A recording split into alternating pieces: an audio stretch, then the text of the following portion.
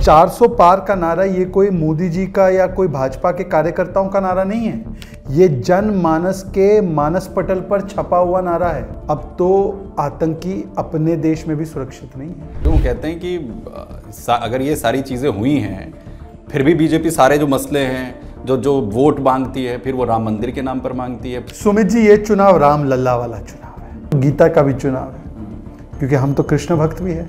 नेहा हिरेमठ को दिन दहाड़े मारा गया, उनके पिता से आज तक राहुल गांधी प्रियंका वाड्रा ने फोन पर बात नहीं की। मणिपुर को अवॉइड कर दिया जाता है, हाथरस को अवॉइड कर दिया जाता है, ये स्टैंडर्ड क्यों है वो ये पूछते हैं। फयाज में ऐसी क्या बात है जिसपे चुप हो जाते हैं, या ऐसी दृष्टि है कि प्रियंका जी देखती है नाम रेवन्ना है तो चीखना है और नाम फयाज और शाहजहां है तो चुप रह जाना है। शहजादा चुनौती दे रहा है, आप सुमित जी बुला लो शहजादा और शहजाद एक बार करवा लो। मैं चुनौती दे रहा हूँ, वो 5 मिनट खटाखट भाग जाएंगे यहाँ से, फटाफट भाग जाएंगे। कांग्रेस जो है हिंदू और सनातन को गाली देती है, कांग्रेस परिवार हित को राष्ट्र हित के ऊपर रखती है।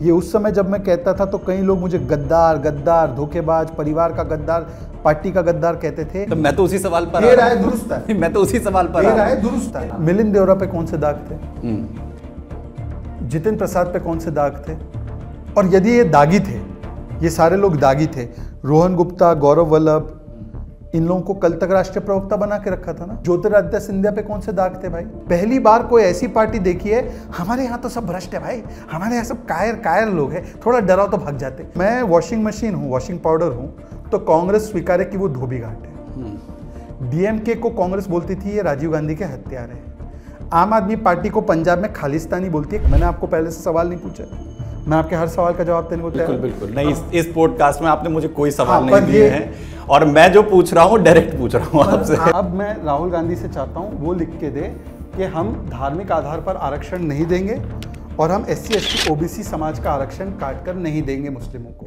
ये लिख कर दे दे। ये शहजाद पूनावाला ने हमें लिख कर दिया है।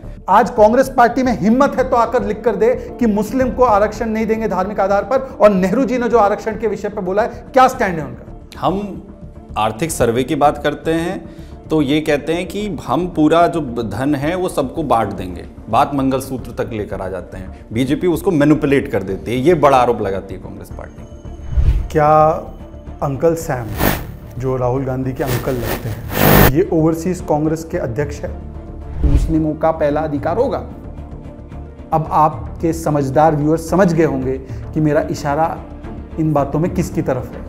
एक तो ये भी वो है कि आप पारसी हैं, एक इस तरीके की चीजें बनी हुई हैं, जबकि ऐसा नहीं है। सरनेम भाई बहुत सारे कॉमन सरनेम होते हैं, जैसे पूना वाला सरनेम बहुत सारे लोग पारसी लोग होते हैं, कुछ आगा खानी लोग होते हैं, कुछ और भी समाज के लोग होते हैं, उनके भी सरनेम होते हैं। मेरा असली सरनेम वैसे जमादार है। हम तो कॉम्युनल है, हम हिंदू मुस्लिम की बात करते हैं। हालांकि हमने तो 80 करोड़ों को राशन दिया तो उसमें असद को भी मिला, अमर को भी मिला।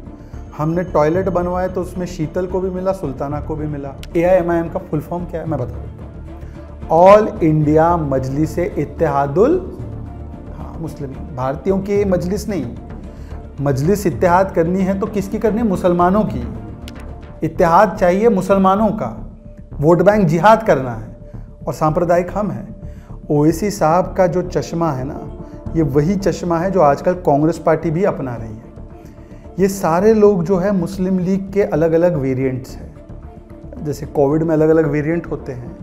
हम तो जीत रहे हैं, इसका प्रमाण इसी से मिल जाता है कि भाई और बहन, जब तक हम ये रिकॉर्ड कर रहे हैं, अभी कुछ ही घंटे बाकी है अमेठी रायबरेली के नामांकन के लिए, उसका इंतजार तो करिए। अभी तक अपना नाम नहीं दे पाए और इनके लोग नामांकन वापस ले लेकर जान और पिंड छुड़वा रहे हैं कि कांग्रेस के दफ्तर में पता है क्या हो रहा है? आजकल कोई नेता नहीं जा रहा कांग्रेस दफ्तर। कांग्रेस के दफ्तर इसलिए नहीं जा रहे क्योंकि अगर कोई कांग्रेस का नेता गलती से दिख गया तो वो उसको पकड़ के बोलते भाई चुनाव लड़,